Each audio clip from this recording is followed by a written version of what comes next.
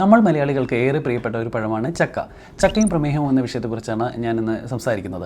അതായത് പ്രമേഹത്തെ ചക്കയും ബന്ധിപ്പിക്കുമ്പോൾ രണ്ട് തരത്തിലാണ് നമ്മുടെ ചിന്തകൾ പോവുക. ഒന്ന് പഴുത്ത ചക്ക എന്ന് പറയുന്നത് പ്രമേഹം വളരെയധികം കൂട്ടാൻ സാധ്യതയുള്ള ഒരു ഫ്രൂട്ടാണ്. അതുപോലെ തന്നെ പച്ചച്ചക്ക എന്ന് പറയുന്നത് പലപ്പോഴും പ്രമേഹത്തിന് പ്രൊട്ടക്റ്റീവാണ്, കുഴപ്പമില്ലാത്തൊരു ഫ്രൂട്ടാണെന്നുള്ള രീതിയിലാണ് പറഞ്ഞു വരുന്നത്.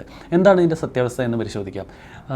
പഴുത്ത ചക്ക അല്ലെങ്കിൽ ചക്ക ചുളകളായിട്ട് നമ്മൾ കഴിക്കുന്ന സമയത്ത് അതിൻ്റെ ഗ്ലൈസീമിക് ഇൻഡെക്സ് വളരെ കൂടുതലാണ്. അപ്പം ഷുഗറിലുണ്ടാകുന്ന വ്യതിയാനങ്ങൾ കൂട്ടാനും ഷുഗർ പെട്ടെന്ന് ഉയർത്തുവാനും സാധിക്കുന്ന ഒരു പഴം തന്നെയാണ് പഴുത്ത ചക്ക. അപ്പം അത്തരം ഫലങ്ങൾ നമ്മൾ കഴിക്കുന്ന സമയത്ത് അതിൻ്റെ ഈറ്റ് ഇൻ മോഡറേഷൻ എന്ന തത്വമാണ് നമ്മൾ ഉപയോഗിക്കേണ്ടത്. അതായത് അളവ് കുറച്ച് കഴിക്കുക. അതായത് ഒരു 75 ഗ്രാമിലേക്ക് അര കപ്പിലേക്കൊക്കെ ചുരുക്കിയിട്ട് ചക്ക കഴിക്കാൻ ശ്രദ്ധിക്കുക. ഇതിലൊരു 15 ഗ്രാമോളം ഗ്ലൂക്കോസ് അടങ്ങിയിട്ടുണ്ട്.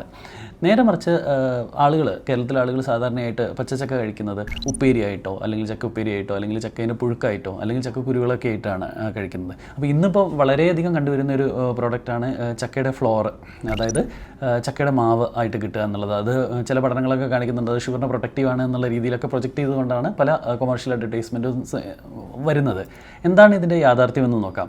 അപ്പം ചക്കയുടെ മാവ് ഷുഗറിന് നല്ലതാണ് എന്ന് പറയുന്നതിന് പിന്നിലെ ശാസ്ത്രം എന്ന് പറയുന്നത് ചക്കയുടെ മാവിൽ ഒരുപാട് മിനറൽസും അതുപോലെ തന്നെ വൈറ്റമിൻസും അതുപോലെ അതിൽ കൂടുതൽ ഫൈബേഴ്സും അടങ്ങിയിട്ടുണ്ട്. അപ്പോൾ ഈ ഫൈബർ കണ്ടൻറ്റൊക്കെ കൂടുന്നതുകൊണ്ട് തന്നെ ഗ്ലൈസിമിക് വേരിയബിലിറ്റി, അതായത് ഷുഗറിലുണ്ടാകുന്ന വ്യതിയാനങ്ങൾ കുറയ്ക്കാനായിട്ട് ഇത്തരം ഫുഡുകൾക്ക് സാധിക്കും. അപ്പോൾ ഇതിൽ നടന്നിട്ടുള്ള ഒരു പ്രധാന പഠനത്തിൽ 40-ൽ താഴെയുള്ള ആളുകളിൽ മാത്രമായിട്ട് നടന്നിട്ടുള്ള പഠനങ്ങളാണ് ഇന്ന് നിലവിലായിട്ടുള്ളത്. ആ പഠനങ്ങളിലൊക്കെ ഉപയോഗിച്ചിരിക്കുന്നത് 30 ഗ്രാമോളം ചക്കപ്പൊടി രാവിലെയും വൈകുന്നേരവുമായിട്ട് നമ്മുടെ യൂഷ്വലുള്ള ഡയറ്റിനെ റീപ്ലേസ് ചെയ്തുകൊണ്ടാണ്. അതായത് രാവിലെയും വൈകുന്നേരം കഴിക്കുന്ന അരിയാഹാരത്തിന് റീപ്ലേസ് ചെയ്തുകൊണ്ട് കഴിക്കുമ്പോൾ ഗ്ലൈസിമിക് വേരിയബിലിറ്റി, അതായത് ഷുഗറിലുണ്ടാകുന്ന വ്യതിയാനം കുറയുമെന്നാണ് അത്തരം പഠനങ്ങൾ കാണിച്ചിരിക്കുന്നത്. അപ്പോൾ കൃത്യമായിട്ട് പ്രേക്ഷകർ ഓർമ്മിക്കേണ്ട ഒരു കാര്യം, ഇത് ഒരിക്കലും നമ്മൾ ഓൾറെഡി കഴിക്കുന്ന ഫുഡിന് അഡീഷൻ ആയിട്ടല്ല, ഓൾറെഡി കഴിക്കുന്ന അരിയാഹാരങ്ങൾക്ക് അല്ലെങ്കിൽ കാർബോഹൈഡ്രേറ്റ് ആഹാരങ്ങൾക്ക് പകരമായി ബദലായി ഈ ചക്ക കൊണ്ടുണ്ടാക്കിയ അത് കഴിക്കുമ്പോൾ ഗ്ലൈസിമിക് വേരിയബിലിറ്റി കുറഞ്ഞു വരുന്നു എന്നുള്ളതാണ്. അപ്പം ആ കാര്യങ്ങളാണ് ശ്രദ്ധിക്കേണ്ടത്.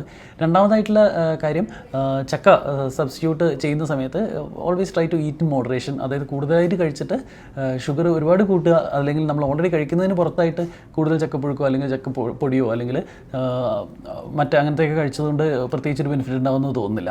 പിന്നെ ഇത്തരം പഠനങ്ങൾ നടന്നിരിക്കുന്നത് 40-ൽ ആളുകളിൽ കുറവുള്ള സ്റ്റഡികളായതുകൊണ്ട് തന്നെ അത് വലിയ പഠനങ്ങളല്ല. അപ്പോൾ നമുക്ക് ചക്കപ്പൊടി കഴിച്ചതുകൊണ്ട് ഷുഗർ കുറയുമെന്നുള്ള രീതിയിൽ 100%-ലൊന്നും പേഷ്യൻസിനോട് റെക്കമെൻഡ് ചെയ്യാൻ കഴിയുന്ന രീതിയിലേക്കുള്ള പഠനങ്ങളൊന്നും പുറത്തു വന്നിട്ടില്ല. പിന്നെ ഏതാനും ചില ആനിമൽ സ്റ്റഡീസ് അല്ലെങ്കിൽ മൃഗങ്ങളിലൊക്കെ നടന്നിരിക്കുന്ന പഠനങ്ങളിൽ പറയുന്നത് ചക്കക്കുരുവൊക്കെ കഴിക്കുന്ന സമയത്ത് ഗ്ലൈസിമിക് വേരിയബിലിറ്റി കുറയും എന്നുള്ള രീതിയിലുള്ള പഠനങ്ങൾ വന്നിട്ടുണ്ട്. അപ്പോൾ ഇത്തരം സാധനങ്ങളൊക്കെ ഓൾറെഡി എക്സസ് ചെയ്യുന്ന ഡയറ്റിനെ റീപ്ലേസ് ചെയ്തുകൊണ്ട് നമുക്ക് പേഷ്യൻസിനെ റെക്കമെൻഡ് ചെയ്യാൻ സാധിക്കുന്നതാണ്. Thank you. Stay healthy. Follow for more.